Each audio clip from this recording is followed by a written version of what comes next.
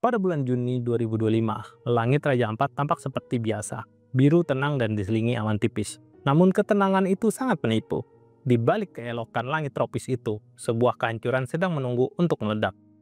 Perusahaan tambang nikel baru saja memulai hari ke-27 eksplorasi liar mereka di hutan dan pantai-pantai suci Raja Ampat. Mesin-mesin berat menggeram mencabik tanah perawan, menembas pepohonan purba yang sudah menyaksikan ribuan tahun sejarah. Para pekerja dengan helm dan pelindung telinga sudah terbiasa dengan suara dentuman dan jerit sunyi makhluk yang terusir dari habitatnya. Mereka tidak tahu para penjaga lama tanah ini telah terbangun oleh aktivitas mereka. Seekor Kayamunu datang saat senja. Makhluk itu melangkah dari dalam rimbunnya hutan seperti bayangan masa lalu yang tiba-tiba menjadi nyata. Dengan tinggi yang mencapai tinggi sebuah truk pengangkut, makhluk yang berbulu tipis ini dan bercakar panjang seperti sabit, ia tidak membuat suara saat berjalan. Seorang penambang bernama Johnny melihatnya pertama kali, tepat sebelum dia ditarik oleh sosok raksasa itu ke dalam lautan. Dengan gerakan yang tidak masuk akal bagi tubuh sebesar itu. Jeritan Johnny sempat terdengar, namun lenyap ditelan debur ombak dan dengung alat berat. Rekan-rekannya mengira ia hanya pergi ke toilet atau kabur karena lelah. Malam itu mereka tetap bekerja. Mereka tidak tahu bahwa predator lain telah mengangkasa membidik dari atas dengan mata merah menyala. Saat malam benar-benar turun, seekor ropen pun muncul, terbang di atas lokasi tambang dengan lebar sayap seperti pesawat kecil. Makhluk bersayap itu bercahaya samar seolah membawa petir dari masa lampau. Dengan jeritan bernada tinggi, ia menyambar tenda pekerja dan membawa dua orang ke atas langit. Salah satunya ditemukan keesokan paginya di atas pohon dengan kaki yang hilang, dan yang satunya lagi tidak pernah kembali. Perusahaan menyuruh pekerja tetap bertugas. Mereka bilang itu hanya gangguan alam, mungkin burung besar atau kelelawar raksasa. Mereka bahkan menggaji influencer untuk membuat video bahwa alam Raja Ampat tetap aman bersama tambang yang berkelanjutan. Tetapi pagi berikutnya, tubuh seseorang ditemukan. Tubuh itu penuh dengan lubang, seperti habis dilubangi oleh sesuatu yang sangat besar. Organ dalamnya hilang, namun tubuhnya nyaris tak berdarah. Penambang tua asal Sorong berkata, itu adalah ulah New Guinea Iguanodon, penghuni zaman kuno. Mereka pemburu dalam diam.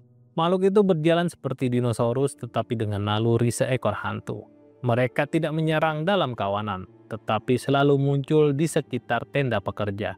Setiap malam, satu atau dua tubuh berlubang kembali ditemukan. Mereka seolah tahu siapa yang dulu menebang pohon dan menggali tanah. Kepanikan mulai merambat. Beberapa pekerja mencoba kabur menggunakan perahu karet. Tetapi di pelabuhan yang terletak di teluk itu, sosok besar telah menghalangi mereka. Seekor Gazeka, sang babi raksasa yang bertaring mirip Palorchestes, muncul dengan kulit kasar dan tubuh seukuran truk tangki. Ia menggulingkan satu persatu perahu lalu menginjak-injak serpihan logam dan daging seperti tidak ada bedanya. Gazeka tidak datang sendirian. Di hutan, suara geraman dan dentingan gigi memenuhi malam. Para makhluk kriptid, makhluk-makhluk legenda, seperti bersatu dalam satu perintah untuk membersihkan tanah ini dari para perusak. Pihak perusahaan mengirimkan drone, tapi sinyalnya selalu hilang ketika mendekati hutan. Rekaman terakhir dari salah satu drone memperlihatkan ropen terbang tinggi menabrak kamera dengan paruhnya sambil mengeluarkan cahaya terang. Hari ke-14 sejak serangan pertama, hanya setengah dari total 120 pekerja yang tersisa. Banyak yang menghilang tanpa jejak, sebagian ditemukan dalam kondisi tidak bisa dijelaskan secara medis. Laporan resmi menyebutkan gangguan satwa liar, tetapi tidak ada spesies di dunia yang bisa membuat luka seperti yang dialami para korban. Komandan keamanan perusahaan mencoba membawa senjata berat, tetapi peluru tidak menghentikan Kayamunu. Cakar makhluk itu memotong baja seperti pisau memotong mentega. Ia merobek kontainer logistik, lalu menghilang ke dalam hutan sambil menyeret tubuh para penjaga yang bersenjata. Beberapa aktivis lingkungan yang sudah lama menolak tambang itu akhirnya mendapat bukti tidak terbantahkan. Mereka merilis video serangan ropen dan Gazeka ke media internasional. Dunia pun mulai memperhatikan, tetapi bukan karena tambang, melainkan karena legenda-legenda Papua yang kini terlihat nyata. Pemerintah pusat membantah semua video itu, menyebutnya sebuah AI generated yang menuduh aktivis menyebar hoaks. Tapi para pekerja yang selamat mulai berbicara. Satu demi satu mereka membongkar kengerian di balik operasi nikel yang ramah lingkungan itu.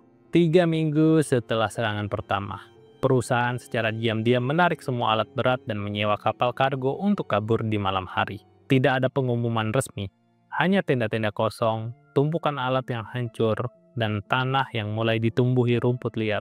Beberapa warga kampung sekitar berkata suara hutan kini kembali seperti dulu.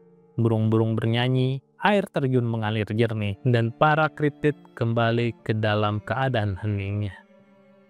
Tidak ada lagi yang berbicara soal penambangan, tidak ada yang berani. Di bibir pantai, seorang memasang papan kayu bertuliskan, "Tanah ini dilindungi para penjaga purba." Tulisan itu dilukis dengan darah ikan dan arang, metode lama yang dipercaya sebagai pesan sakral bagi roh-roh tanah. Seorang peneliti yang datang belakangan hanya menemukan jejak kaki besar dan batang pohon yang seperti dipotong oleh gergaji hidup. Ia pulang tanpa menyentuh apapun, hanya menuliskan artikel yang berjudul, "Jangan ganggu Raja Ampat, di sini masa lalu masih bangun." Cerita ini menjadi mitos baru, namun lebih nyata dari sebuah legenda. Dan saat perusahaan tambang lain hendak masuk ke Papua, para makhluk kritit hanya menunggu, diam di balik pohon, langit, dan laut, menjaga pulau itu dengan taring, cakar, dan cahaya yang mereka bawa dari masa lampau. Jadi itu ceritanya, semoga memang beneran terjadi, tapi ya jangan sampailah. Semoga alam kita tetap indah, tetap lestari, sampai ke anak cucu kita nanti. Sampai jumpa lagi di video Nerdindut selanjutnya, semoga kalian sehat selalu dan bahagia selalu, bye-bye.